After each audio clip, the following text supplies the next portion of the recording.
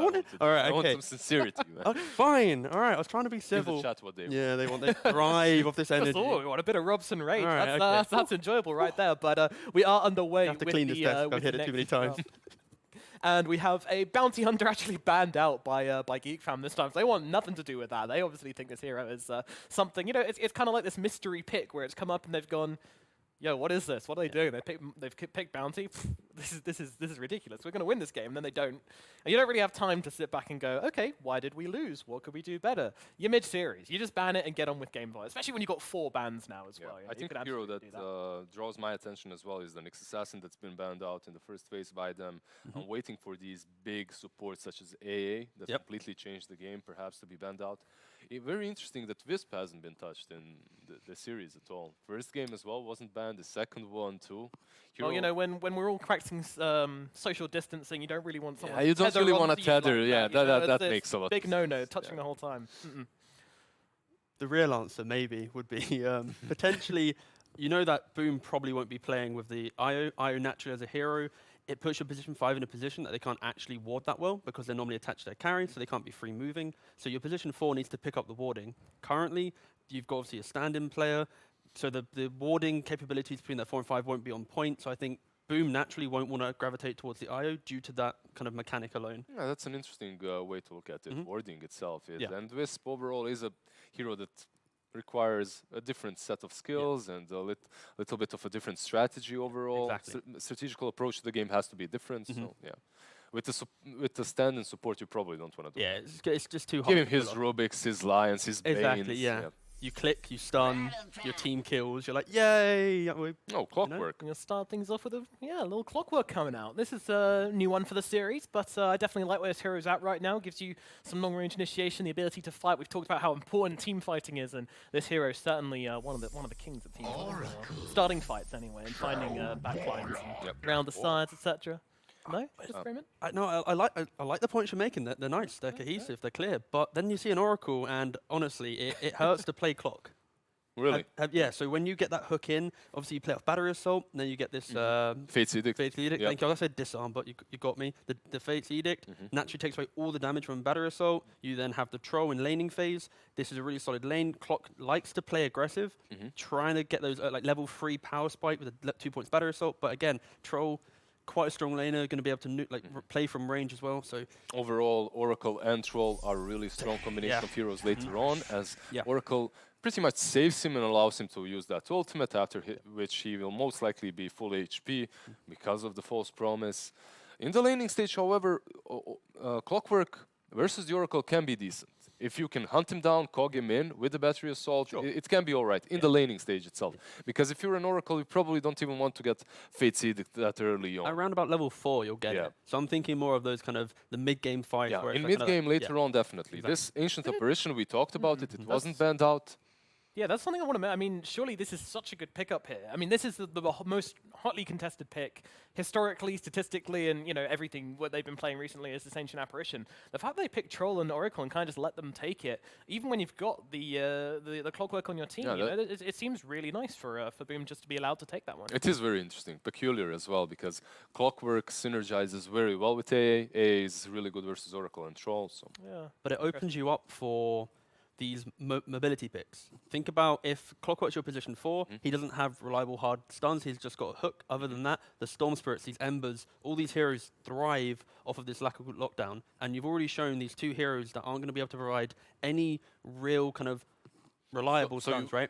Basically, you have to address that with your other cores. Yeah. So you're going to have to pick up consistent stuns or understand the fact that this Troll probably will have a free game in his ability to move around the fight. Like normally you play off of Halberds, Glimmers, Force Staffs, and then obviously on top of that you have all the spells that you throw into it as well. But right now Boom they have the direct counter, which is AA, but they don't have the actual team fight counters. What I really do like about their opening, at least, is it's aggressive. It's very aggressive. You have this Clockwork and AA, you get level 6, that's all you need. You're instantly online. Fate's Edict or not, you're online. You can find pickoffs. The question is, how does Geek Fam answer to that? Yeah, I have a Three mechanics more question picks. actually. Yeah, like I mean, that's how we answer. But usually, whenever you see a clockwork, you see also these heroes that don't care about the cogs, right? Yeah. And so far, they haven't really done that. You have No. 3 heroes that aren't necessarily very mobile. Lion, Oracle, and Troll. They can't fly over the cogs like Winter Wyvern. They can't blink out, leap out. All these mechanics that are usually very good versus clockwork, they don't have. Can Troll target the cogs when he's inside his ulti?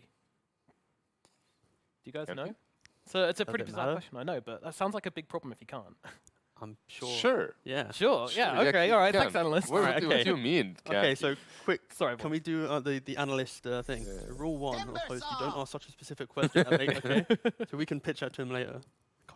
Oh, Timbers. But the main reason why I don't, like you said about the whole idea of they're not playing around maybe the cogs part, it's just mainly you have obviously itemization that you play off, and again the Fate's Edict that it kind of bridges that gap of we don't really care too much because if they jump him, we have this big save. Usually I would agree with you, definitely, but it's such a specific thing to play around. Sure. Fate's Edict, like Fate's Edict isn't going to happen every single time. Oh, of course. Yeah. Even with it, there's going to be an Ancient Apparition ulti overlapping it, and Battery Assault will last afterwards. So maybe it's the Oracle that gets caught first. Force Staffs also, when Clock started being picked a few weeks ago, everyone was saying the same thing.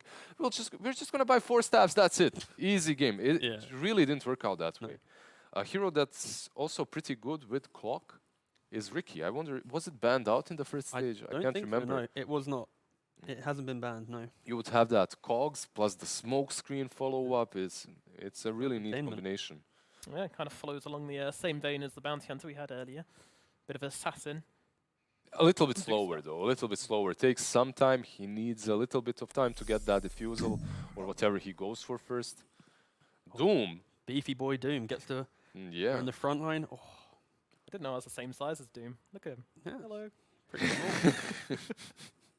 Nice little pocket Doom. He's a big boy, big beefy boy. Big too. But how do they deal with this Timbersaw actually? And obviously, you have Doom to get rid of him, but in laning phases, you still don't have any answers right now to this Timbersaw having a free lane. If you start off as a tri-lane and just completely shut him down, sure, okay, yeah, that's the normal response to the Timbersaw. But that means your other lanes are probably in shambles. So we'll see the way they react to it. There is, they do have catch versus him. You have Lion, right? You have a lot of burst damage early on in the laning stage because of the Oracle as well, one of the best nuking heroes early on. But then you also don't really have a potential like the Vessel buyer. You're thinking maybe Doom, but then it's like, who's going to really buy that? Does he naturally want to do that? Not really. So Timbersaw, for me as a hero, you don't really pick it to deal with the strength heroes. You deal with, it's just a space creator, right? So the fact that you've been able to pick it so late in your draft, and it's still not really countered, it's going to be this tri-lane that you spoke of. You're going to have to sort him out. But then when you then take away that pressure, he's still going to have the same impact in the game because there aren't any counters. So as much as you can lock him down or at least make him annoyed for 5 to 6 minutes, overall in the entire game, he's going to have quite a lot of fun. So yeah, this is. I just love how small this Timbersaw is right here. Look at him, just a small little guy. Yeah. He's small though. He's pretty. He's very small, but very small.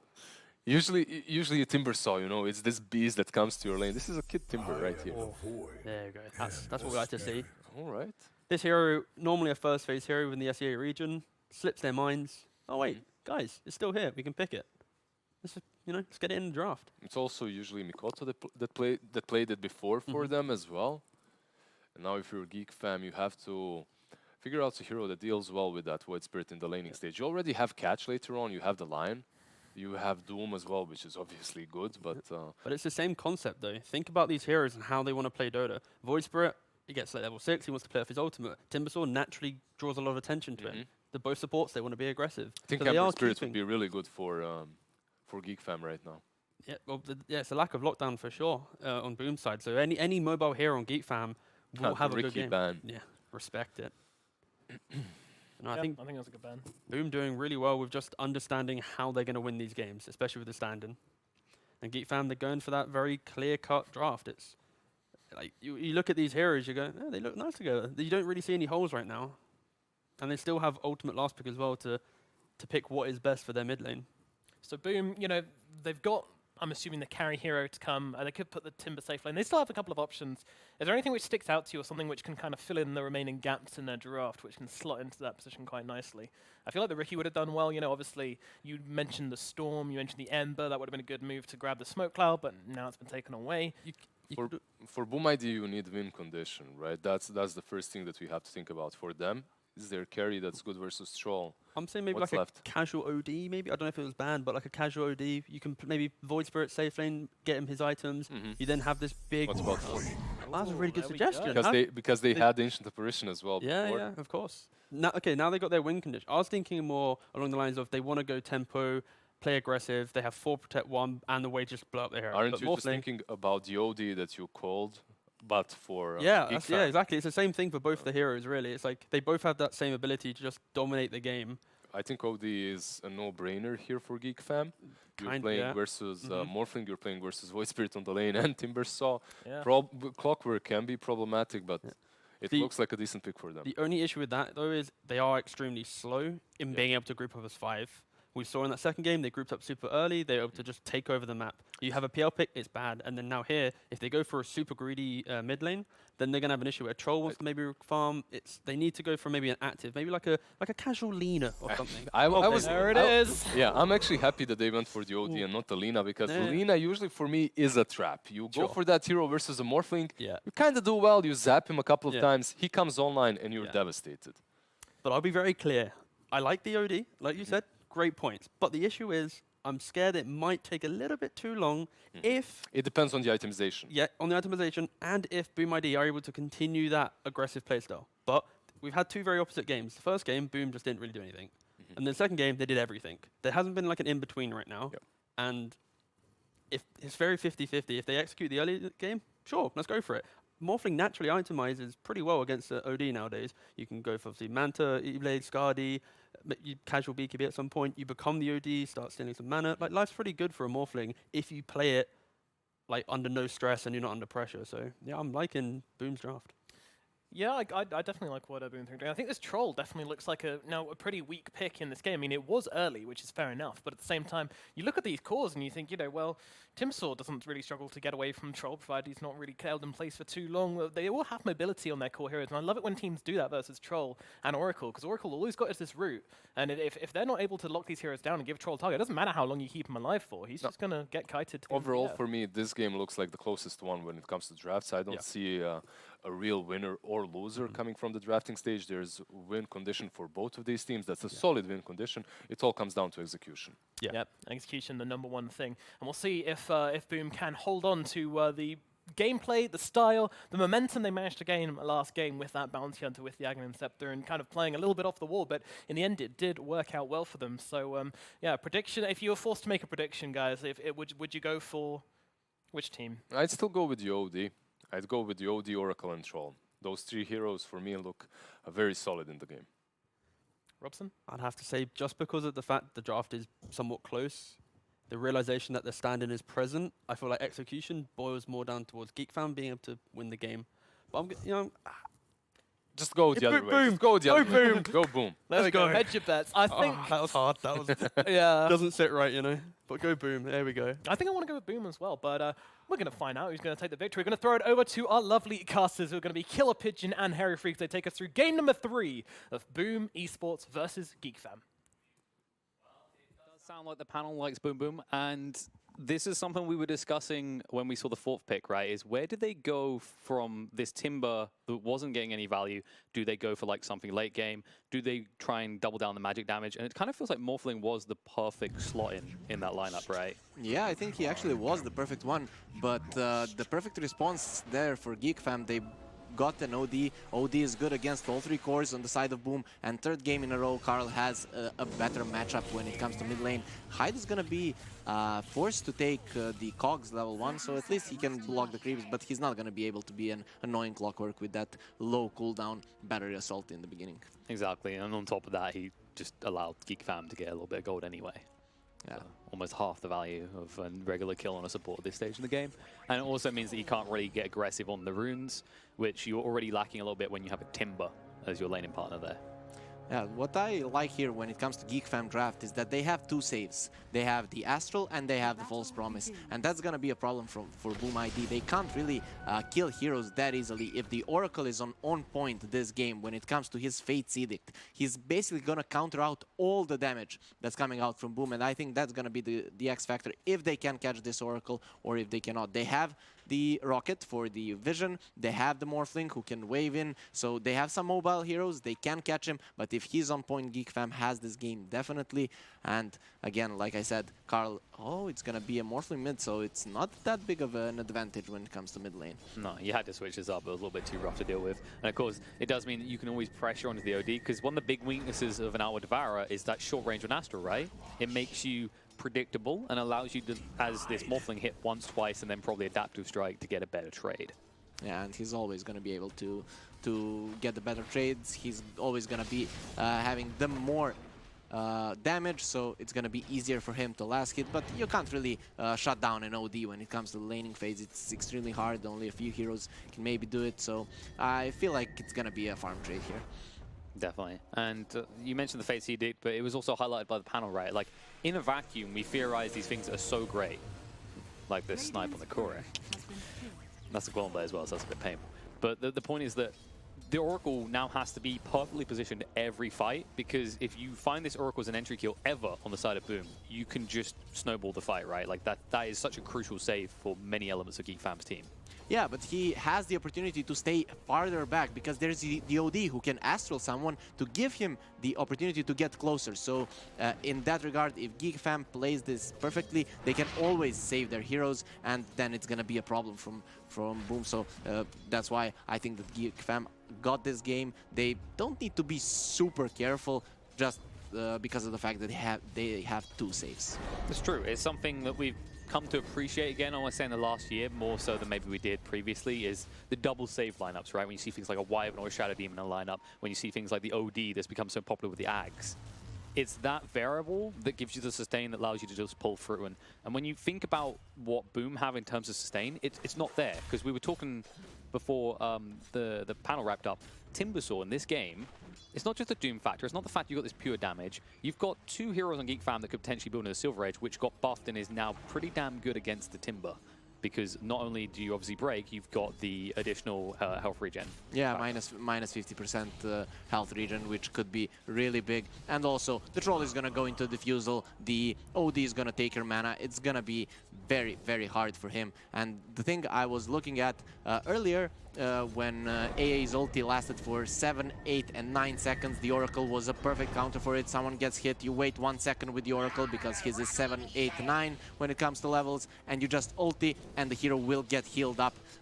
And now the AA is perfect against the Oracle. You have to wait 3 seconds. Someone's gonna die in that time. But here you have the OD who can Astral and just buy you the time. So I really like the chances that Geek Fam have here to save their heroes and to the aggression from Boom if they wanna blow someone up, which their lineup wants to do, is probably not going to be successful this game.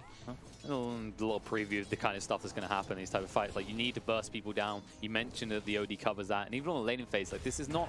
It's a lane where the only time you're going to die is if mistakes are definitely being made. Slight mistakes by Hyde, as he is not going to be successful in hiding his own cogs. First blood is going to be drawn, and FBZ will not be able to chase down Whitemon. Yeah, the Oracle is going to be fine.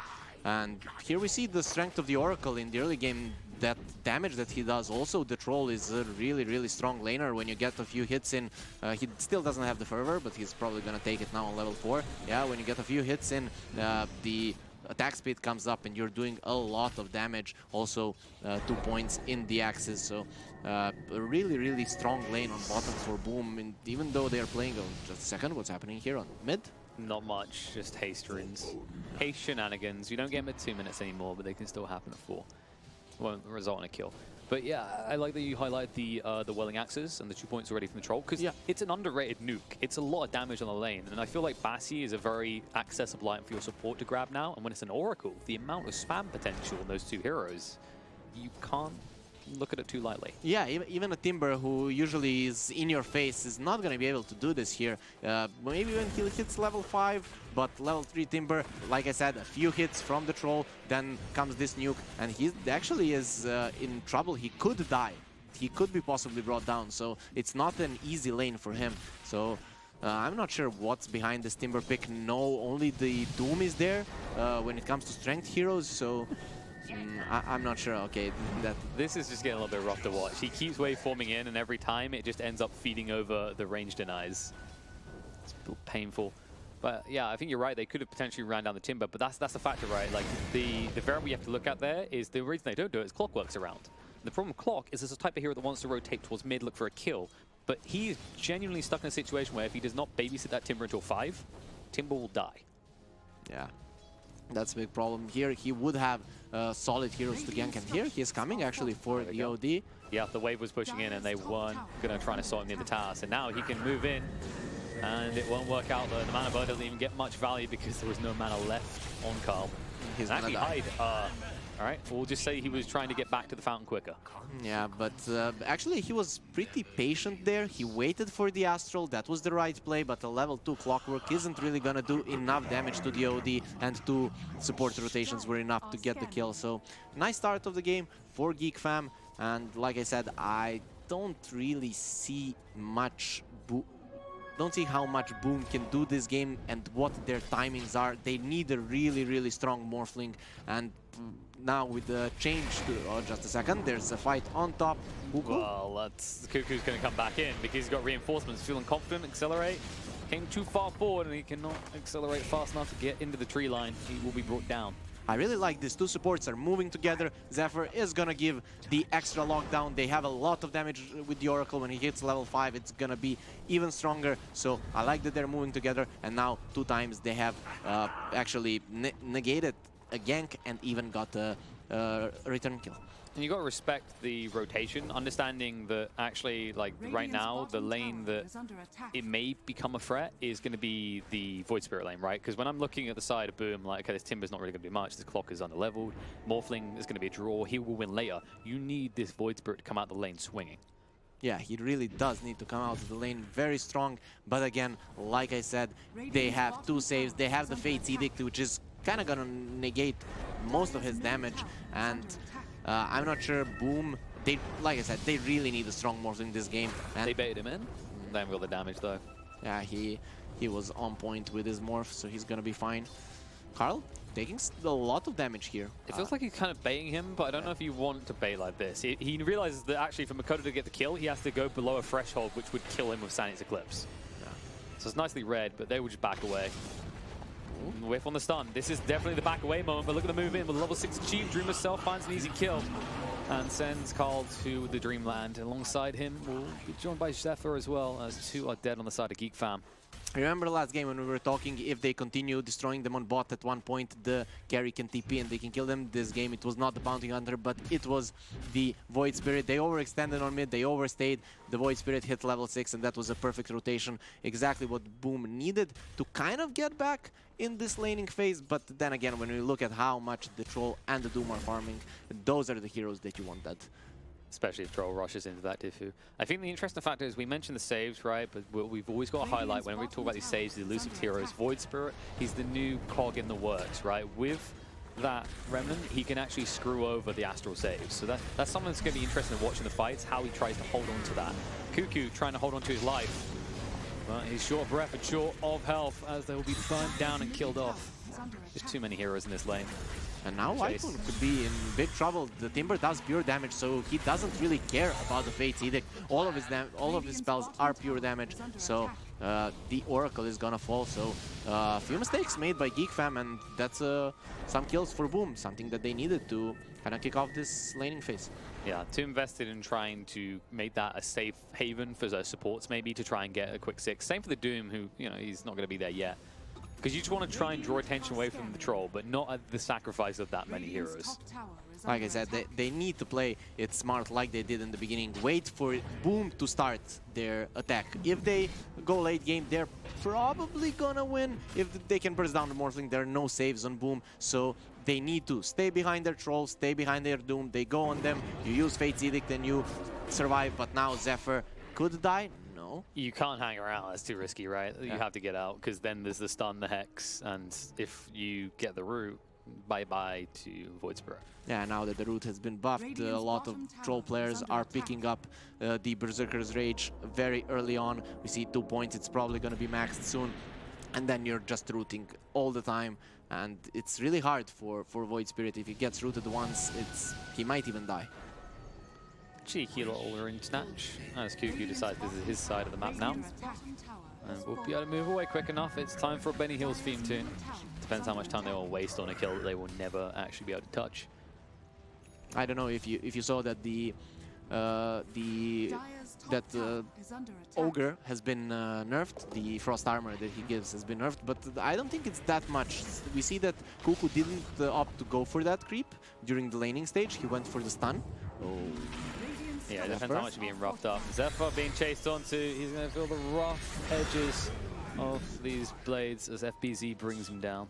Yeah, they're gonna get that kill. The Oracle doesn't really help against the Timber. Like we said, all of his spells are pure damage. Even the Whirling Death was changed earlier. It only was pure if you cut the trees. Now it's always pure and does more damage if you cut the trees with it. So the Fate's Edict doesn't really help against that, and we can see how Timber is getting some of those kills very nicely. The painful matchup, right? When you start this lane, Oracle's like, great, I'm going to ruin Timber's lane. And then a few levels in, once he reaches 6, Timber is that type of hero that if you don't have any sort of escape module to your hero, and you're left alone with him, well, soon you'll find yourself in your fountain. Okay, that's a glorious. Can we get more? Sounds like give me everything. They actually increased the rate at which the tier 1 items dropped from 10% to 14. I think that's the first one. Yeah. So most of the items from the neutrals have been buffed, but the only one that has been nerfed is the brooch. It was 225 mana. Way too good. It's still way too good. It's 200 mana and 25 movement speed. Agreed. Right? Yeah. I was kind of surprised that they didn't reduce the movement speed a little bit or something. Yeah, I think the mana was fine. I think the movement speed is the one that's really strong. Sometimes when I even have tier 3 items, the brooch just feels better. Agreed. It's the same with heroes that have like bad mana regen. Sometimes you just walk around with a Keen Optic for a long time. It's like, it's actually surprisingly good. Yeah, and maybe later on when you get some mana regen, you're hoping for that telescope. But FBZ could die here. Could or will. I think he will now. That's the moment that you give yourself over. The moment you go into those trees, trying to move away, but they hold their stuns. And they point the finger and say goodbye. Yeah, so they're gonna kill him. That's really big. This hero was getting out of control. He was even diving the Doom, who is close to top of the net worth. So very nice rotation, very nice kill. He is the one that needs to be creating space, baiting the heroes in, then the Void Spirit comes and kills them while the Morph is farming. So they kind of need to shut them down, but that's a nice hook shot, and this should be a deadline. Yeah, they want to get more though, because it feels like a measly kill on its own. But the Doom comes down to Dreamer Cell, the turnaround opportunity. They move in with the Battle Trance. They'll chase and net one down. Hyde can't get away either. And Accelerate, he might even be a little bit too far forward as Cuckoo's chasing in. They'll break the trees. They'll try and turn around. Timber breaks up the line, but Whitemon is too fast to move away. And does sidestep correctly in the meantime. There will be a Chorus Snipe because FBZ's lost his. Whitemon doesn't want to use it, but he'll have to. False Promises come out. Go ahead to the fountain, and he needs to buy a self. He needs to buy a self. He's gonna die. He doesn't believe you. That was super close. I was like, as long as he just heals with his abilities, I think he's kind of good. Because it's always deceptive, right? The amplified heal that comes out. Usually, you should be fine. He used the Fairy Fire, so that's kind of what kept him alive. A poor man's salve in that situation. Yeah, but that was actually very ballsy of him not to buy the salve. He just heard you. He's like, what's that caster? I'm just gonna let go of the keyboard now. Yeah, really, I would have bought it definitely. I play Oracle a lot, and that was super close. So I would have definitely bought it. I agree. It's like usually you see the issues when you see all this damage wailing on you. Like, nah, I think I'm still okay. I'm gonna be okay. That's super greedy. That was super greedy, but it paid off. It paid off. So definitely he knew what he was doing. So Raven. He has a defusal. He has a defusal blade. FBZ could be in trouble here. Yeah, FBZ needs out. They'll actually cancel the TP. OD doesn't want to be distracted from the glorious farm elsewhere on the map. Whitemon's just going to try and get some wards set up. Not really in a situation where you can Roche, but you want to start moving in their top lane. Take that tier 1, invade their junglers. Right now, this is the factor that could slow down Geek Fam a little bit, as there's not enough taking the towers to move into the enemy side of the map. Those are some really nice cogs. He's gonna block them off, and FBZ gets hexed, and he could die here. Yep. they can burn out the mana quick enough. They need to get one root and it'll be good. And actually, they will be able to control him up with the Infernal Blade, the Stomp follow up as well, and they'll activate the Battle Trance. Raven is going to get low, he might crack. They haven't got the False Promise right now. Fate's Edict, everything to protect your troll. He's dead. Yep. They couldn't save him. There was no Oracle ulti, so even though Oracle survived there, he used his ulti and now he could not save his troll. That's really, really unfortunate. And it's just the timing. It was only a few seconds off. He felt confident that it was okay to do that, but that is a painful kill to give over. Sure, you get the Timber, but while that's happening, now your troll's not farming. That gives an opportunity for this Morphling that we said is critical to Boom's success to start building that gold. But still, Geek Fam are the one who are dictating the tempo. They're the one making the moves. So even though their troll died, it's because Boom played it really well when it comes to the usage of their spells. At one point, they're gonna miss their spells, and then the troll is not gonna die. The spells are gonna be up. So I think they need to think of a better way of how to actually approach these fights, because you won't always get that return kill. Most definitely. And Geek Fam are just likely to increase the tempo as it goes on because, you know, as I said, these towers still being up has slowed it down a little bit, but you've reached the point you were 60 minutes in.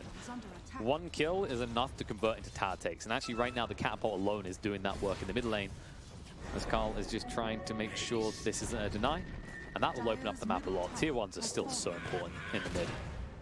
They're going on to Cuckoo, and he has a pipe, so he might survive here. He is a tanky boy. The Cogs will trap him in. He can't even go for the stomp play. He'll cut his way out.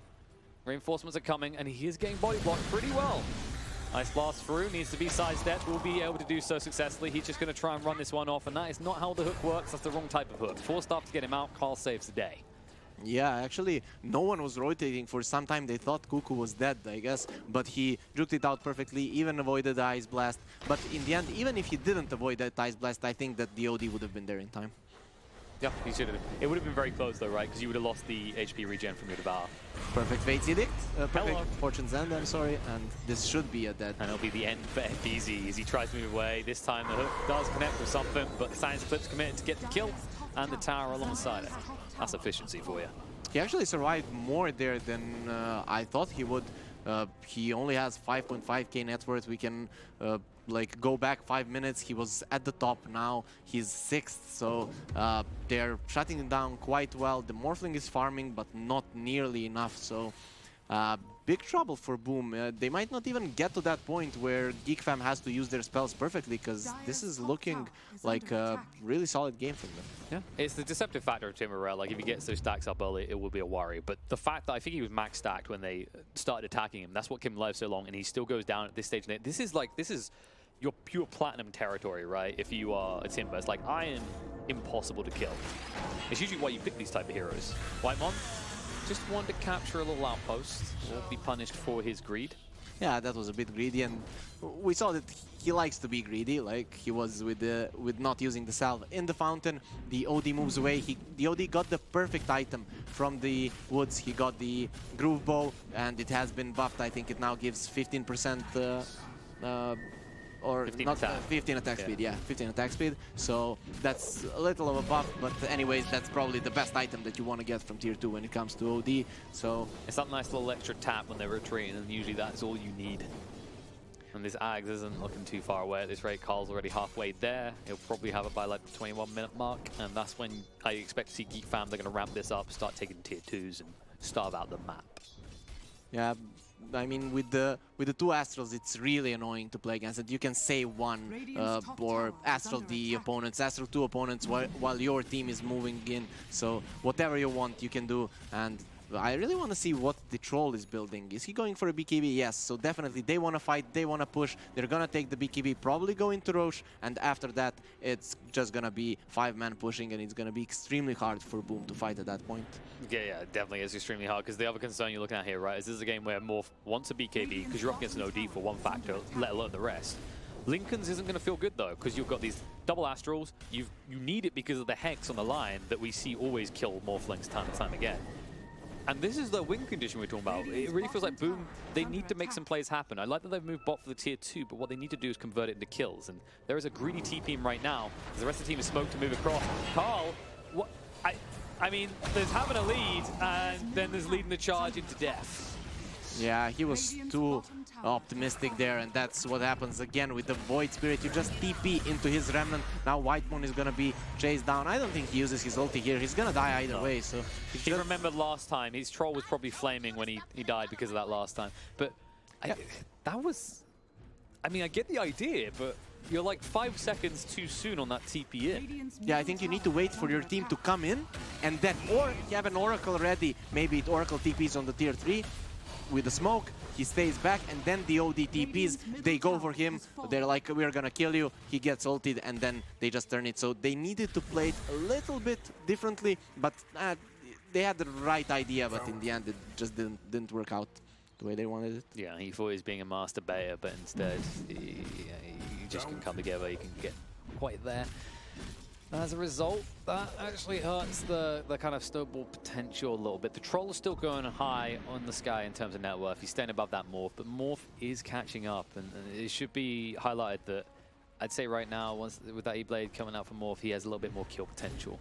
The two carry comparisons. Yeah, the Oracle is really going to need to be on point when he sees the Morphling diving in with his waveform. He needs to use the Fate's Edict onto a hero that's gonna be bursted down. You really don't want to use the BKB. You don't want to be like 20% at the start of a fight. So I really want to see how he will react and if he will focus on that, because he definitely should. Well, he used the Fate's Edict. It done things. Yeah. Sadly, nothing you can do. It's just your classic POS 5 death. You tank the gank so someone else doesn't have to. At least that's what I always say when I do it. Yeah, but they actually had this game, Geek Fam, and with a few misplays, they're not huge misplays, but they're just few of them. They one after another. They opened the game, and now this BKB doesn't look so good, right? Because we are not that stronger. If we have a 4 or 5k gold lead like they did, with this BKB, they run into Roche. They don't care. They're stronger. Even you have a clock for the pit control, you can still do whatever you want. But now, when it's kind of even, you can try to make that move and then just lose the game, right? So yeah, now you're at the stage in the game where if we look at the 5-on-5 engagements, if one of these 5s gets sniped out first, the team that still has their POS 5 alive should take it very convincingly. I'll move in. Hook shot. Oh, the blink away. Cuckoo says, no, no, not today. Hex going to be thrown out. Zephyr doesn't feel the thunder, though, as he moves away. Barely scuffed by that. Accelerate. He's like, I've pressed my R. I've done my part for the fight. I might as well be a living ward at this stage. This is Roche now. There's no hook shot. There is no AA ult. There's no AA for 40 seconds. This should be Roche for Geek Fam.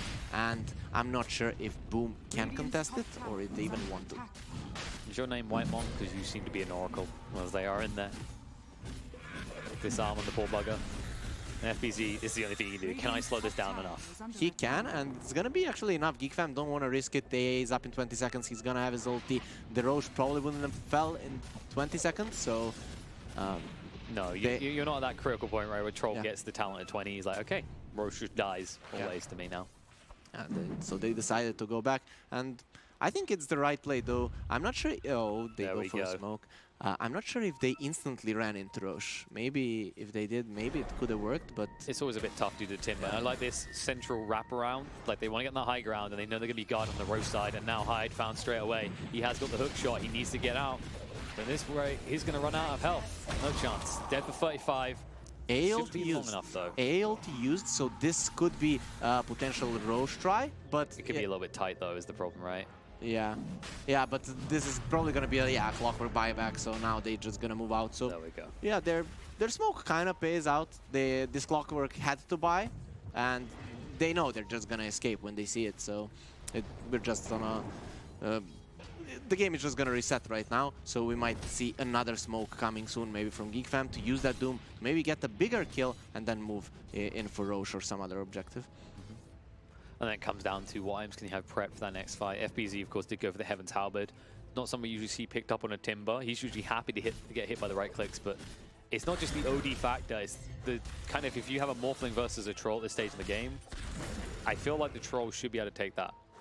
Yeah, with the diffusal and the BKB, you burn all his mana, and then he's just a sitting duck, sitting there. No one can help him. They don't have any saves on the side of Boom. So yeah, he definitely needs that. Both the troll and the OD. OD definitely won't be making a Monkey King bar or a Divine Rapier. Troll, on the other hand, might get a Monkey, but the mischance, the disarm, both of those are very good against Geek Fam. So I really like the Timber's item choice right now. Yeah, even the passive mischance just feels so good against that OD. It's all about, at this stage of the game, how can we eliminate the issue the OD causes without investing too much gold? Because we already highlighted the Morphling needs 2 items to do that, BKB and Linken's. And I feel like any hero in the game does not like that being your item choices. You need both of these to survive. If you ever end up in that scenario, you just kind of, I don't know, maybe just tank the Abandon and go next. Did you see that the Geek Fam got Paladin Sword? So that's probably the best tier 3 item for the Troll in this game. And the side of Boom got a Mindbreaker. I think that's pretty good on the Void Spirit, right? Not sure if he wants to get it. The poor man's Orchid, the poor man's Axe. Enchanted Quiver. There we go, he's got it. He's got his Orchid as well, of course. Yeah, and he's gonna go into a BKB, and that's definitely the right choice. He needs to use the BKB, go into the backline, find the Oracle. If he does that while his team is controlling the OD, if they see him, they jump on him, he jumps on the Oracle, they kill the Oracle. That's the way that Boom wins the fight. If they break the formation of Geek Fam, if Geek Fam are in perfect position and they don't find the Oracle, it's gonna be hard even if you have a gold lead. Of course, we've seen a lot of these Void Spirits try and dip into the Ags now, but this is definitely not the game for it, right? You got the Doom factor, so good luck using that ability twice. At the same time, Silence is nice, but you're against multiple heroes that go build BKBs anyway, so the Orchid at least allows you to snipe out these supports. And I feel like a broken record here. It really is, who dies first? Ancient Apparition, Oracle. Yeah, but it's a lot easier for Ancient Apparition. He can stay in his base and use his ulti. He doesn't care. So way to demean his efforts in this game. Yeah, he's just going to AFK in the fountain. You see him hit 18. He's like, all right, guys, you can place the wards. I'm just going to sit here. It is like an RTS right now. Yeah, you get level 12. Share unit control. Yeah, get level 2 ulti. That's enough for me. I'm just going to stay in base. But it's not enough for Geek Fam. Wrapping around this smoke, but looking in the wrong area. Roche is piquing Boom's curiosity. They thought they were in there. They'll go for the D-wall, which means accelerate. You're too far forward again. They're blinking, the stomp, the control. They don't want to hard commit. The fingers there, that should be enough to bring him down. The E-blade to try and slow it down. He will stay alive. Throws out the Ice Blast in panic. Doesn't connect, but he is still living. And Cuckoo had to use the BKB for that to no avail. They didn't want to commit everything, and it ended up not being a kill on the AA. So the other heroes were just not close enough. Doom and the Lion have a blink, and now Boom wants to fight, and they found the perfect target. Silenced up, boom! Headshot, gone already.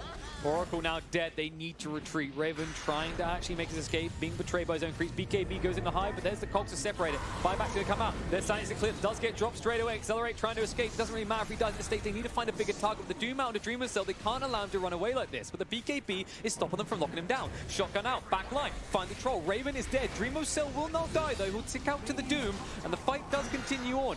As Carl stands up against FBZ. This is a slowly losing fight for FBZ. He needs to retreat quickly. Makoto gets pinged out. Accelerate somehow has survived through all of this, as Cuckoo did actually manage to deny himself to Roche. And looks like that will be it. In the end, an even fight. Well, we say that. There was the buyback, right? So Geek Fam, it was quite costly for them, especially losing that Troll again. That's the most important comparison. Troll dies, Kodo on this Morphling lives, and he will reap his rewards in the pit. It's a very big deal that the AA again didn't die. He used the Glimmer Capes, he survived like on 20 HP, got out, and then the OD didn't manage to kill these two fat heroes. He didn't have his ulti, and now is he gonna turn on to FBZ? FBZ, I think he overstayed his welcome and he's gonna lose his life right now. I honestly, at first, I was like, this isn't bad because it's space for Morph to finish Roche, right? Like, you look at it from that logic, that's not what ended up happening. False Promise thrown out because Fate's Edict wasn't quite there in time, so you had to play it safe. Yeah, Fate's Edict has a very small cast range. As a position 5 Oracle who is not having the best game, you're not gonna have an Ether Lance. He probably will get the cast range talent, but that's level 15, which he's not close to. So, and now with the Oracle ulti down, with the OD ulti down, they moved into Roche, but again decide against it and move back. So neither of the teams is getting an opportunity to finish this Roche. Yeah, it's always the awkward part. Like I said, with the Fate CD, we say how crucial it is, but as you said, short range means you have to get in deep. And some people aren't a big fan of it being deep. Now they're going on Draven. They're not a fan of Troll's intentions here. They can just sustain him so easily. Machine gunner into the Roche's face, that is. And the Ice Blast should scare them away. Just clump up, guys. Okay, this could be, if they have a smoke, they could smoke now when there's no Ice Blast. It could be a potentially good fight for Geek fam. Cool. Okay, he has Pyro Legs, so he should be fine. There's a sneaky Spooder Legs. Makes his way out very easy. Still has the BKB pipe as well. Like, these are the defensive items you like, right? Like we were saying about Lincoln's plus BKB feels crap. If you can like have BKB and pipe. Yeah, the Doom is very hard to bring down. You don't really want to go for him. He is gonna get his Doom off in the fight, so just ignore him, let him get his Doom off, try to kite it, try to survive with that hero. If that happens, then Geek fam is gonna be in a lot of trouble. And here's the smoke, though the Ice Blast is back off cooldown, so let's see how Geek fam is gonna approach this. Well, the man with the Ice Blast is shown in the mid lane. The ping comes out straight away, but they have bigger targets in mind. FBZ. Whoopsie, should not be here. They're trying to help them out. This is not quick enough. They need to be careful. Reinforcements are coming in. FBZ's just standing there saying, hit me. He's role-playing Joker right now. They'll cut the trees to make sure there's no juking going on here and accelerate. The big target does get found out, the one they wanted all along.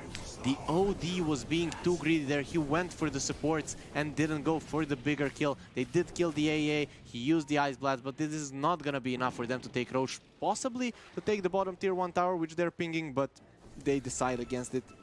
They're just gonna farm. So smoke, 5-man smoke for a position 5 is not really something you want to happen. I think that was too greedy, and the Timber definitely could have lost his life if the OD was close. Agreed. And every time, there's just every little probe like, okay, is that enough to take Roche? Never. It's gonna take a long goddamn time. Looks like Accelerate's gonna disconnect from the game for the moment. I wonder if they have a assistant manager who can step in. Yeah. Hopefully it won't come to that. He's a little bit more warmed up now, right? Compared to the previous game, he definitely had a rough time of it. Yeah, we saw that in the qualis for the major in Southeast Asia, they played a lot of AA, so being that he's the manager, he probably watched a lot of AA games and knows exactly how to play it. His positioning is relatively solid, his ulti usage is on point, so he's been doing what he needs to, and unlike the other two games where he didn't really do well in the laning stage. Last game, in the later stages of the game, he just followed through with his spells. But this game, he's definitely on point, and he's not being a liability to his team. Agreed. It's kind of that thing that we talk about, you know, everyone's like, oh, you had this stand-in, it's going to screw you. But of course, but the best thing you do in that situation is you identify the weaknesses of your stand-in, and then you try and play around them, right? And the way that we usually see the side of Boom their formation around these engagements, like in that mid situation, they have guards on both sides, so that if there's a convergence towards the AA, all of a sudden it's a pincer maneuver in favor of the side of Boom. Yeah. And now, again, we're gonna see the beautiful map. I want to try to see where we are. Are we on the mid lane now? We are. Yeah, okay. Okay, I We're really... getting a little truth. Now where are we? Now, it's just, I need someone from production to quickly switch to loads of locations in a panic. And yeah, I think I wouldn't be able to tell anything. see that there? There's Roshan. Oh, okay, We I call see him the Roche. big cheese. Really? No. He has a big cheese. Yeah, he does. Doom's pretty big as well. Basically, I still think that Geek fam have this game when it comes to their draft, but to me, it seems like they're just not getting the right jump.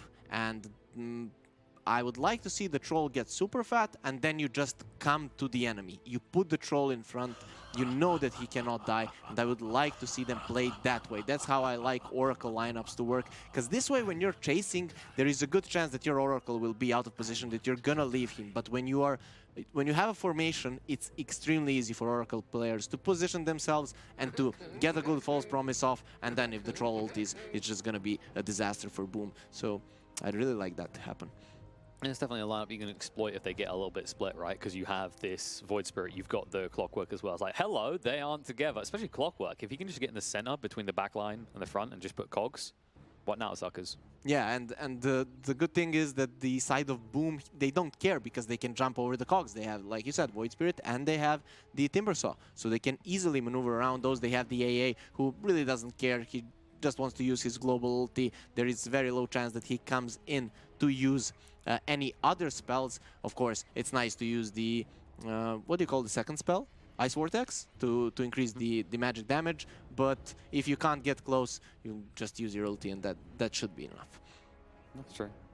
Yeah, some people in chat now are going to be like, of course it's Ice Vortex analyst, but they usually, come on guys, you usually call it W, okay? Actually, at one point, I really knew all the spells names. I don't know what happened. I took a bit of a break from Dota. I don't know if in 2-3 months you can really like forget a lot of them. How dare you take a break from Dota? How dare you try and have a life out of this? Yeah, you can see I'm sorry. Info on the screens, guys. If you are willing to donate, be sure to write in. Every little helps. You know, if you've got $5 spare, if you are one of those naughty people making a lot of money off selling toilet roll on eBay, give back. This is the moment. The money will go split between helping find cure and also helping those people on the front line actually helping to combat this and keep people alive. This is actually a really nice way to kind of keep the community together under one goal, okay? We are raising money for a good cause and not just flame each other in pubs. Like, we are together in this and we want to do something good. And the communities can be toxic, but this is a nice way for it to be united. I'm going to help clean up pubs as well. How about this, folks, right? Every time you are toxic in one of your pub games, you have to donate $1 to this cause. Yeah, it's like a swear box. Yeah, but everyone wants to donate. Yeah, but this helps encourage them. Because they're gonna flame. Yeah. There's gonna be a lot of them flaming. Yeah, and then they just put a jar there just to remind them, or a note, and then every time they say, okay, I'm just gonna give it. They're gonna be happy anyways. You just have a little counter. You're like, oh. Can we count on Carl down here? Whitemon has good positioning. He wasn't quite spotted out here, so he can protect. But he's found now. He has to false promise himself, and they will actually be able to coordinate that and look on the card. Instead, Ice Blast flies through. Whitemon should be ticking out from this. Finger thrown out though. Dreamer Cell does die as they use the Doom as well. But in return, the Oracle is now dead. Cuckoo's BKB is not going to last much longer. Mikoto trying to stand his ground and move away. Nice cogs coming up from high to save the day. Raven, his BKB is getting low as well. But FBZ is out of mana and blocked by the cogs of his own teammate. The Astral does trap a number on the side and brings him out into a mess. His Accelerate is a little bit too far for. Will die off. FBZ, Science Eclipse, just screw it. Why not? They'll find free. All it cost them was the Oracle. And he even got to use his false promise. And there is the level 20 of the Troll in the perfect time. Like you said, now the Roche is gonna fall really quickly. The AA has a buyback, but I don't think as 3 heroes they can stop this. Maybe Clock can do something fun and take the Aegis. If the Clock hadn't made those perfect cogs, this would have been a disaster for Boom. Even the Morphling would have died, but this way it's kind of fine. And we saw that perfect position from the Oracle. That's what saved this fight. He used the Fate's Edict onto Carl and saved his life, and now they want to fight, took Roche, and they're in control of this game. And nicely out by Cuckoo to ensure High cannot go in for the steal. And this is the critical point. We said that they actually need to leverage the Morphling earlier because once, as you highlight, Troll gets that level 20 talent, we saw the one-on-one engagement. It did not look pretty. And this isn't looking pretty either. The Stomp comes out. Cuckoo traps them in. High cannot get away in time. Accelerate. He just got here. He'll be sent back to the fountain very promptly. Cuckoo is a god. He is. It's this man worship. Did you see what he did? He knew that there were gonna be TPs coming. He moved on top just to see who is TPing and when. And when the AA TP'd, he stunned both of them. If he would have ran on the clock, there is a good chance he gets cogged out and he just doesn't do anything. But he just waits, and the perfect opportunity shows itself, and Carl was there definitely to help him. And now there's gonna be another kill. Carl clearly intentionally took that damage because he wanted to give FBZ a false sense of security, like he could stand here and tank it, but that's a lie. Dead for 70 seconds. The keys to the base are in Geek Fam's hands right now, because you need to fight for a while without that Timber. You have got the AA in 10, so instead they draw the line for bot. They're like, don't risk this. There's still more gold to be found on the map, and the AA is still a threat to us.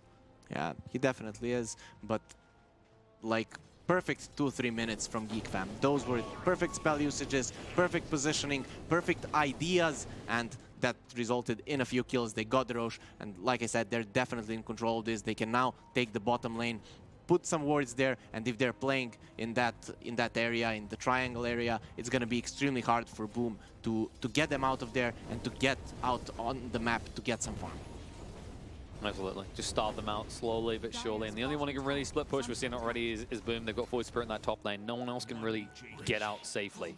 The Timber, it's past that point. If they see you, a Timber chain is not going to result in your escape. Yeah, probably not. The Timber is actually quite underfarmed. Also, the Void Spirit is underfarmed. All the cores, except for the Morphling on the side of Boom, are having a rough time now. And I don't really see them killing anyone. Morphling has a Linken's, has a BKB. He's the one that is strong, but I feel like he needs to be the one who jumps in with the BKB. But if Geek just run out, what then? This is the thing. Is any game in which you're forced to go BKB and Linken's, you're in trouble. Especially if you are the win condition. You just don't have the aggressive items to take down the Troll or even the OD. So you need to get your damage from elsewhere. And right now, as you said, Void Spirit is way too underfarmed. And Auxiliary is way too dead. That should be a full retreat. However, they see the opportunity to Carl. They may be baiting themselves in, though. Chase through, they'll get the Aegis, but will it cost them anything? The movement in, the hide, if he gets hit, there it is. One route will secure his death, and they might be able to get FBZ as well. They'll move in. Astro's going to be there. They ping the bigger target. The They saw him. Lincoln has been popped as well. He's going to actually move towards Zephyr, so fine. If I'm going to McGrave, you come and win, but the Glimmer Cape gets him away. Zephyr is going to live. Dreamer Cell used the BKB. He needs to retreat quickly, though, and they're going to hunt in here. Up to the high ground. Carl looking to just cut him off, but he won't be able to quick enough. Instead, he Astrals onto a different target. They have found an additional enemy to bring down, but Dreamer Cell, the biggest one they can find. Void Spirit, no elusiveness from you. They do lose Cuckoo, but that trade does put them in a favorable position to push into the high ground.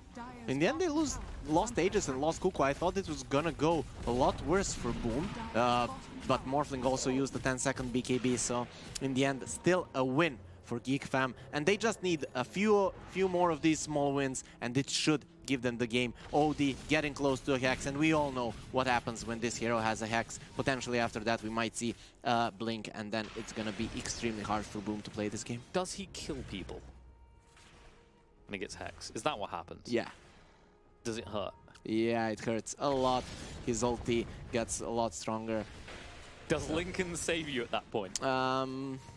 I mean, I think he can burst down Morphling. I'm not sure. I don't think Morphling has a lot of intelligence since he has Lincoln's. That's his only stat item when it comes to int. And it's also the case that you can Astro and insta Hex. You're just like, okay, there's no easy way to go about this. There's a reason he's staying so high on HP, because the burst potential is real and doesn't take much. There's so many ways now, right? We mentioned the Lion, natural counter. Now you've got the Abyssal on that Troll as well. The Hex, as you said, being built on the OD. This is not a good game for Morphling right now.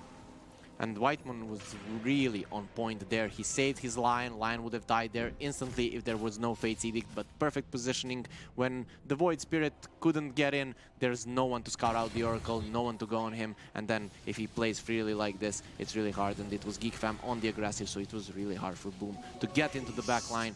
And now they are in a really, really tough spot, and this Butterfly will change something, but it's still, we cannot kill the Morphling instantly, but if the Fate's Edict is in place, the Morphling is not gonna kill anyone as well, so that kind of favors Geek Fam. So I'm not really sure what Boom should do at this point to win the game. I feel like Geek Fam need to make a bit of a mistake. Hopefully not a GG or a BG, they just need to find some sort of way of buying time. And this push on the bot lane is a decent way of doing that, because Geek Fam are gonna have to address it soon. Dreamer Cell, we said this, he is somewhat mobile. I say somewhat because against this lineup, that mobility doesn't really matter because you get insta-stunned. Most of the heroes in this team now have a way of just instantly stopping you before you can react. Yeah, where that mobility matters is if they start chasing. If somehow Boom get a kill or two and they start chasing, they're probably gonna kill everyone, right? Okay, they can't stop. They have only hookshot to stop the BKB TPs. That was super close. That is a squeaky bum time moment. Yeah, but like I said, if they take 1 or 2 kills and they start chasing, they might get more. So that's kind of a way that their draft works, but I'm really scared that they cannot get those initial kills in a fight. They're going to try for a big one. Hook shot in.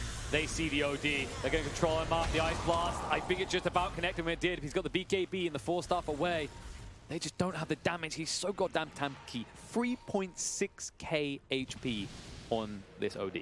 Yeah, the lockdown just was not enough. There was the hook shot, the perfect cogs at the perfect time, but just he had the time to pop his BKB. Morphling tried to burst him, but it was not enough damage. He has, look at his HP. Do you ever feel like there should just be a cosmetic skin for Oracle that turns into a giant salve?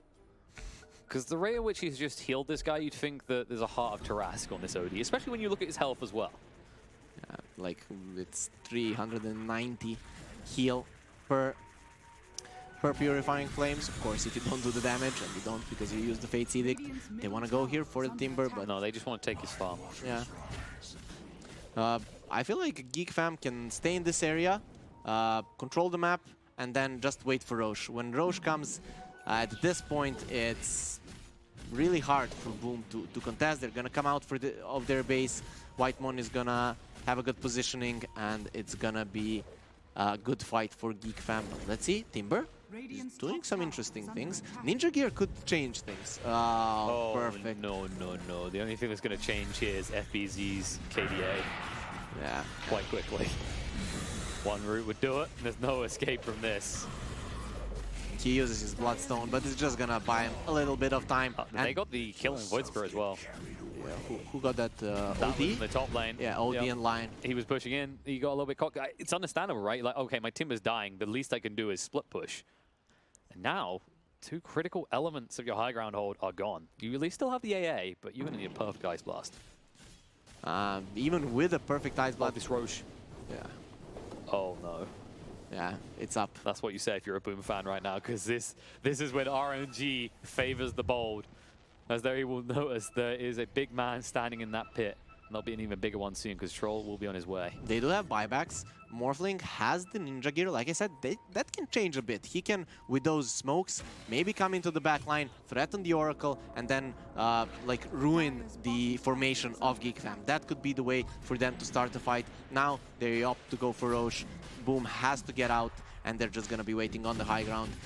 And now, I'm not sure how you battle the Aegis Cheese against the two saves. Not to mention the fact he could easily get a Satanic before they go. At which point, who cares about Ice Blast? Yeah. The stats resistance is just too high at that point. And the Oracle has a blink, which we saw when they were chasing the Timber Saw. Who gets the Aegis, the Troll, he's gonna be the one hitting the high ground. He has a blink, so that means he's gonna stay way behind his team. That might give Morphling the chance to find him. So let's see if that's gonna be the case. If Morphling doesn't manage to find Whitemon, I don't really see them defending the base right now. No, Cuckoo is no longer a kill. He picked up that Willow Shaco earlier, and it's just ridiculous. Look at the health. Makoto's quick out though, because he did have that haste at least, so you don't lose the most vital element of your team. Yeah, if he didn't have that haze, that would have been really bad. Yep, because they did not have buyback on him either. You actually look at the buyback status, it is in Boom's favor, but it's only on 2 heroes. And I don't want to say they're irrelevant, but I definitely feel like they're maybe the least important elements of their team right now. And did you see the item that the side of Geek Fan got? They got the Leveler. That's the perfect item to push, especially for a Troll. 60 attack speed. It has been buffed from 50 to 60, and you get that bonus damage onto the structures. So I want to see if he goes for that. There's also Ninja Gear for him, so we'll see what he goes for. What does he want? I'm kind of surprised Carl hasn't upgraded yet. Like, the Groove Bow is very good, right? Like, you love the Groove Bow, but at the same time, maybe something like a Willow Shaco, then you're just completely unkillable. You don't miss that mana too much, and FBZ is going to miss his life at this rate. Yeah. This Ice Blast is going to definitely scare Geek Fam away. Wait, no, sorry. I got that wrong. It's going to scare FBZ so hard he ends up back in his fountain. But he's doing what he can. He's trying to buy time, though now 80 seconds without him.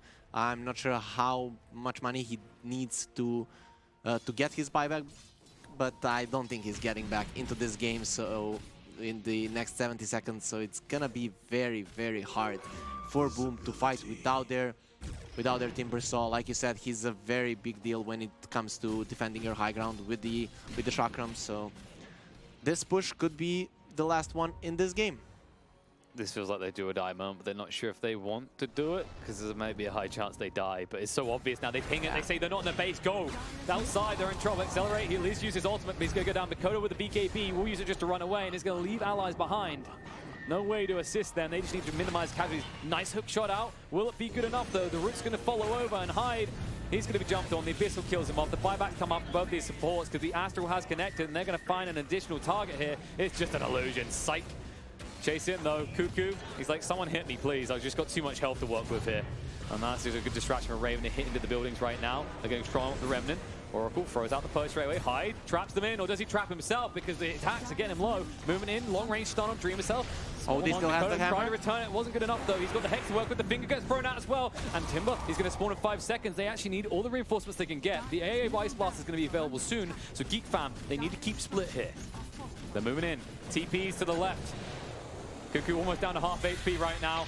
And Carl chasing onto Disarm, starts up as well. They're trying to burst through him, but he's so goddamn tanky to jump in. Raven goes straight to Mikoto. He's trying to stand up against this, but he has not got enough health. They drop the big hammer down and smash his face in. Has to buy back straight away, and they really haven't put a dent in. They're going to chase into Oracle with these false promises himself, but Dreamocell himself is in trouble and dead.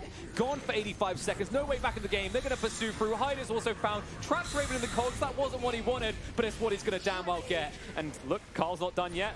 Cuckoo's trying to set up more kills for him as Mikoto's going to be found out. Carl doesn't quite get it himself, actually. He gets snatched away by Cuckoo, so no chance of the rampage, but there will be more heroes dying as they bring down the AA. This is looking done and dusted. The GG comes out. Geek fam take the series 2-1. Yeah, Geek fam just... I don't know, I feel like it was really hard for them to play this game against 2 saves. Like, how do you battle this? In the end, they couldn't catch the